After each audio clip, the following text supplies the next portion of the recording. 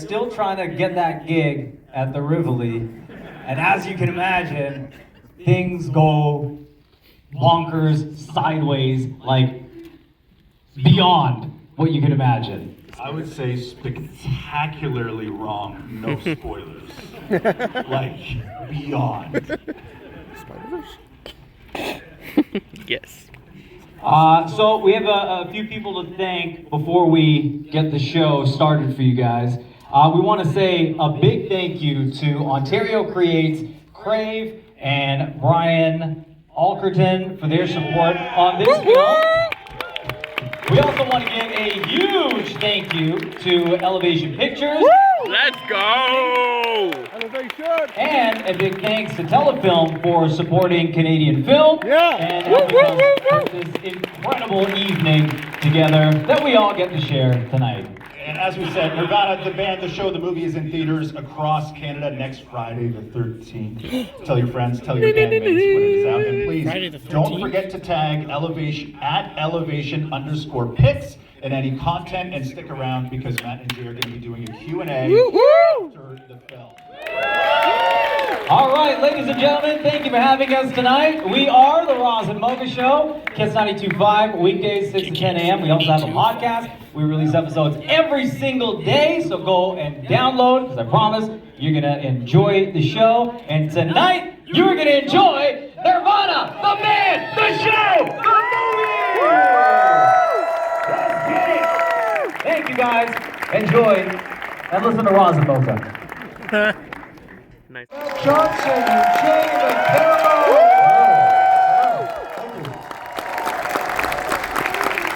We're here. No so way.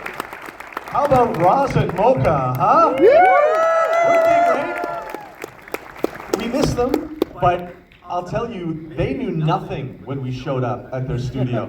And it's funny, they trusted us implicitly, which is bizarre because I think if you look up, if you literally type Matt Johnson in Google, the first thing you will see is articles telling you, do not trust this person. Oops. And they did. And to their credit, they had no script.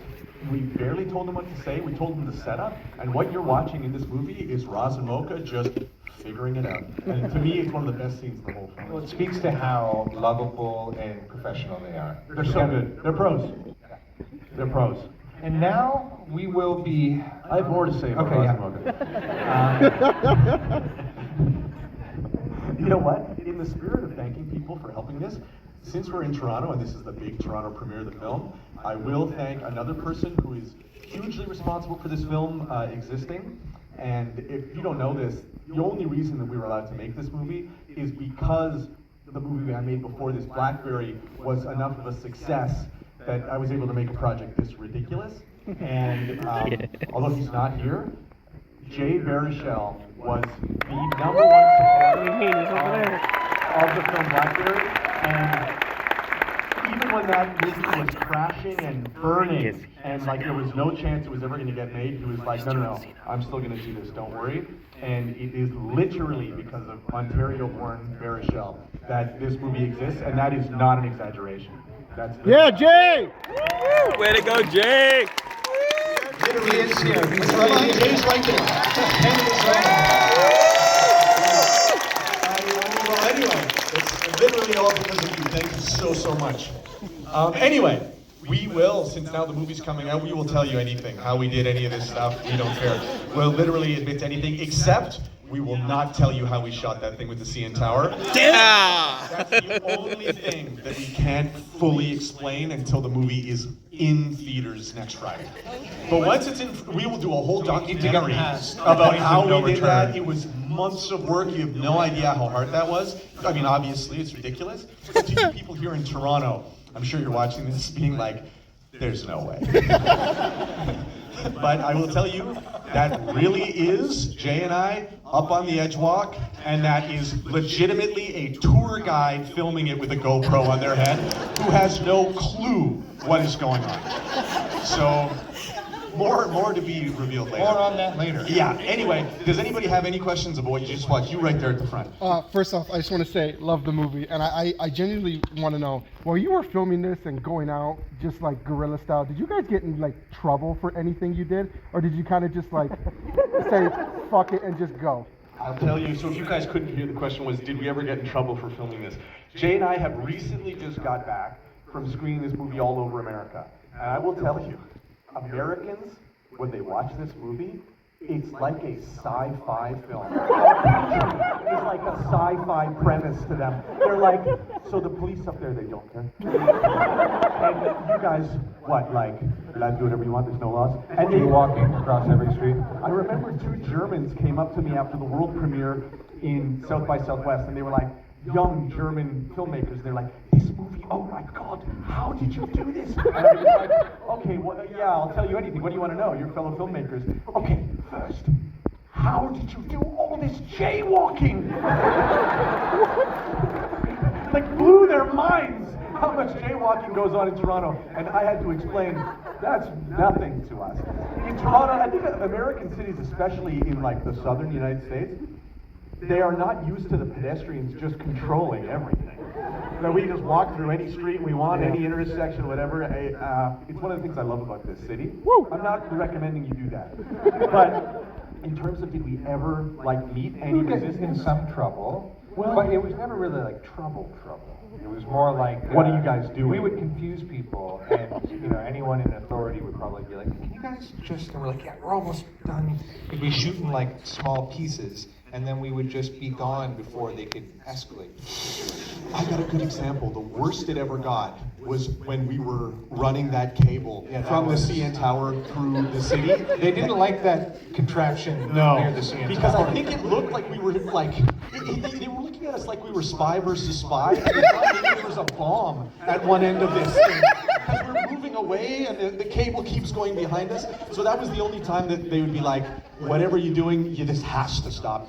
And we would say, what do you think we're doing? And they would say, we don't know. But whatever it is, we can't let you continue. And so that would be, again, trouble would basically just be like, move along. Because I mean, you guys just saw the film. When you watch these guys do anything, you don't feel mad, you kind of feel sorry for them. You're like, don't you know, that's never gonna work. Like, whatever you're doing, you guys are so stupid. Well, just let them go. Like, what are we gonna tell them? When I had to jump off the streetcar, remember at the end, you guys just saw it at the end where I've got the parachute, and then I jump off, then I have to jump off the TTC rail onto the street. That was another time where I thought, oh, the cops are gonna stop us for sure, but no. There were police officers working with a construction team. Well, it was also police everywhere because that night was a Taylor Taylor Swift Swift concert and the Mike Tyson Logan Paul fight. So there were police everywhere, and we would look down the street, and they would eye us, and they'd see Matt up on the subway platform, and they'd see him just not really fucking around, but up there, and they were like, we're just gonna see where this goes.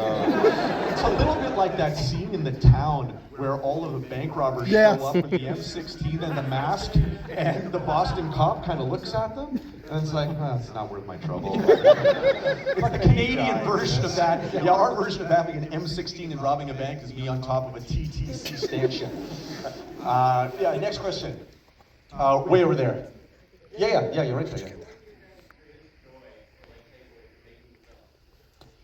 Selfishly, it's literally moments like this. Making this movie was so hard. I'm sure it's evident that it's like what we had to. We shot the movie for 200 days, and it's painful. It's not fun making this movie. Like, I know that seems like a punchline, but really, you're working with like your 6 or 7 closest friends. Every day is a struggle. You're trying so desperately to get it, and it's because we are anticipating that if we do it right, then people specifically from this city are going to be happy.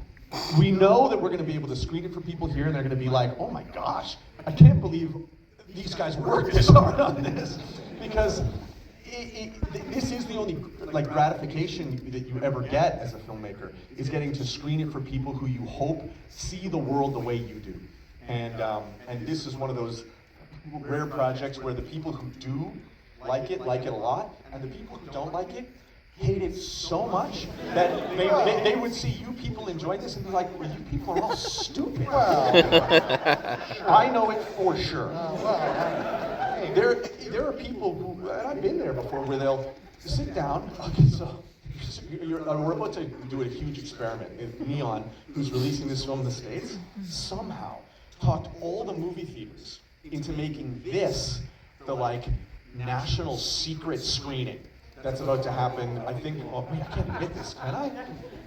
Oh, I'm not allowed to say this. Fuck. Fuck it, just say it. Anyway, let's just pretend that you did not plan to see this movie, and you sat down to watch a movie that was going to be Go like back a day. Blockbuster. Instead, you saw this. I imagine there's going to be some people who are going to think that they were the victim of like a Nirvana the band level prank. That's like with any movie. No, Jay. I know. Any questions from back there? Yes. Yeah. You said to the movie that it's going to be a copyright nightmare to release it. How did you get it out? You know, know. well, I said that thing knowing that it was just going to get a laugh. Yeah, but also at that point, we had not cleared like anything. Yeah, but we knew. We knew we were. What do you mean cleared anything? Well, We still haven't cleared There was. anything. We didn't know about the music. We didn't know about the parody. Like all the marketing materials have been a nightmare. Like there's been a lot of obstacles, and this is the result of where we got. But we did shoot for even more copyright nightmare stuff. But It's still a tangled nightmare. You know, when I say that, I'm speaking from the perspective of a naive, non-filmmaker who hasn't been making copyright infringing content. Believe it or not, there's more copyright infringement in BlackBerry than there is in this movie. If you want to have your mind blown. Like Chris Perez, because I talked to, he's our lawyer, who I talk to constantly about these things. At the end of this, I was like, wow, this was a crazy one. And he was just quiet for about 5 seconds. He said, BlackBerry was much worse. And I went, I'm going to tell them. okay.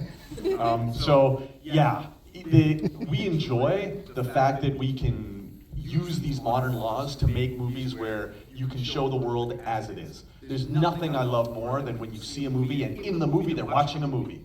And it's not some fake movie that they had to create where they can play with the same toys that I played with when I was a kid. Like, I don't know why. I care more about that than anything else in a movie, that it deals with the cultural artifacts and the things that I grew up with, specifically in Ontario. Like the commercials I saw watching CFMT or YTV, or like the toys I wanted at Christmas. Like I want to see that stuff in movies.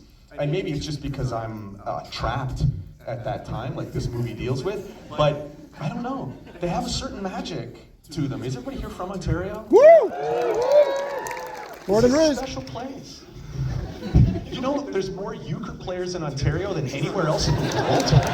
Woo! We basically own that game. The Dutch brought it, but then we stole it. Next question. Yes, right there. How did we work with our younger selves? It was not easy because they were petulant. They didn't listen to notes. They were like, "What's the point? Like, this is so stupid. We're not going to see this for 20 years." our editors did the painstaking task of going through all of our old tapes of the web series that we shot, and we shot tons of stuff when we were figuring this show out for the first time. And they went through and picked out little tiny moments and pieces that they could basically then cast the old us to react off of them. Like they built that whole 2008 sequence. And we also had our production designers, Carrie Noonan and Malcolm McKenzie, build our old apartment in a studio with every single detail. So if you want to, just to answer your question before too, but like what was one of the most, fun things about this to shoot, was stepping into an apartment that you had this crazy era of your life, and you can just go into it exactly as it was, like a real time machine. It was insane. I hadn't stepped in there in like 15 years. And then we did that, and we had body doubles too. And well, we had a lot of tricks that we're gonna show on the Blu-ray. That we're gonna release. But I wonder if at the heart of your question, if everybody knows that is just footage that we shot in Toronto when we were kids. Like all that 2008, the scene girls walking up and down Queen Street, like that is just real footage 2008 Toronto that we filmed outside the Rivoli when we were young and never thought we'd do anything with. And so that crazy shot when we first saw it, I'm not sure if you remember it, but we opened the movie with it. It's when I put my arm around Jay and I go, Jay, I think things are gonna work out for us. And then in the same shot, we walk down Queen Street and say, hey, does that guy look like me? No, that guy, he looks like me. As soon as Kurt and Bobby, our editors, showed us that clip, we were like, we will build the whole movie around this. Because it was like, oh my gosh, we can use it twice. That means that we see our young selves. It's like it started writing the movie for us. And this is just one of those lucky things that happens if you make the same stupid show for 20 years, that you wind up getting lucky once. Yes, right there. A question about orbits. As I remember around 2008, you could still find it in like some weird places. I distinctly remember Fiesta Farms. It was like And in Markham. Yeah. And like the crate of it in your apartment, like was this based around a personal story of you hoarding orbits all this time? No, I should give a call out here. The chemical food designer who made all of our orbits in this movie is in this theater right now. What? Stand up, Stu. Right here. What is in the orbits? What's the special soul of an orbit? A bunch of food grade chemicals and stabilizers, and I was telling Matt, the producer, I had to like Google Translate a recipe I found from a different country, and tested it about like 30 or 40 times, and then boom, we got it. I had to drink because in the original script of the movie, my character drinks a lot of this stuff, and so the producers were making sure, okay, I don't want you to die. He's a wizard. I loved it. It was delicious. Every ounce of that stuff that I ingested. And I'm fine. Look at me. So you asked, what was the connection? When I was a kid, at the corner Jay and I grew up very close to one another. There was I got them from Max Milk. And I would go to Max Milk in San Francesco's and get a slice, and you could get a slice and pop for $2. But if you didn't want the pop, they'd give it to you for $1.50, and you could go next door and buy an Orbitz. And I did this religiously until I realized after about a year I'm gonna die.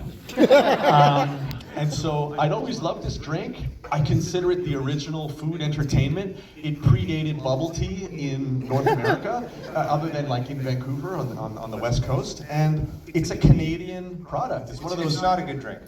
I love the drink. It's funny. It's like, not to make a BlackBerry comparison, but it is like one of these products that penetrated into the United States. In Michigan they had it, and then all of a sudden, gone. And so we wish that in 2008 it was still widely available because it would have made the characters' journey so much easier, but they couldn't find it. And so there's a really, really amazing sequence that we shot but never used of us going into Chinatown to find Orbitz, but I won't tell the story now, it's too ridiculous and long. But it's a great trick if you guys are ever making a time travel movie and you want to really like get great acting from a bunch of people. Go in, buy something, make a big deal about buying it, leave, come back 30 seconds later looking really like sweaty and be like, okay, we're looking for this product. And then everybody's gonna say, you were just here. And then you look at your partner and go, oh, we were just here. So you did tell a very, very quick version of abbreviated that story. Very abbreviated. Anyway, it worked like a charm, but we didn't have the runtime. Next question, right back there. Yeah.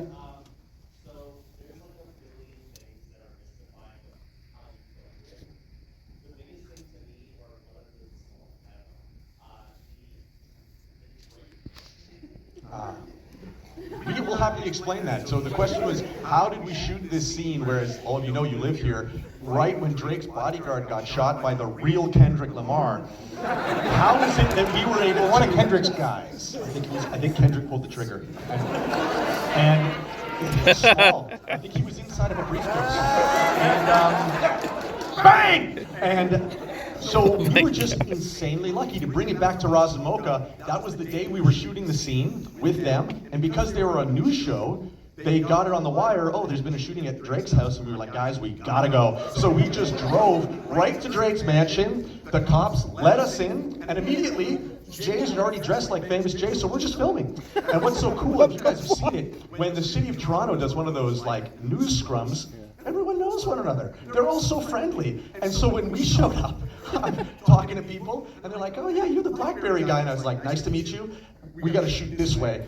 You're okay with that? They're like, we don't care. Like, nobody even asked us what we were doing. It was really bizarre. I started running away from the police as if I had committed a murder. And we shot it like 7 times. I was out of breath. I would get to the end of the street and I'd see the police just sort of, what is... And then I would just stop and just walk back, no problem. And then they'd be like, okay, that's fine, I guess.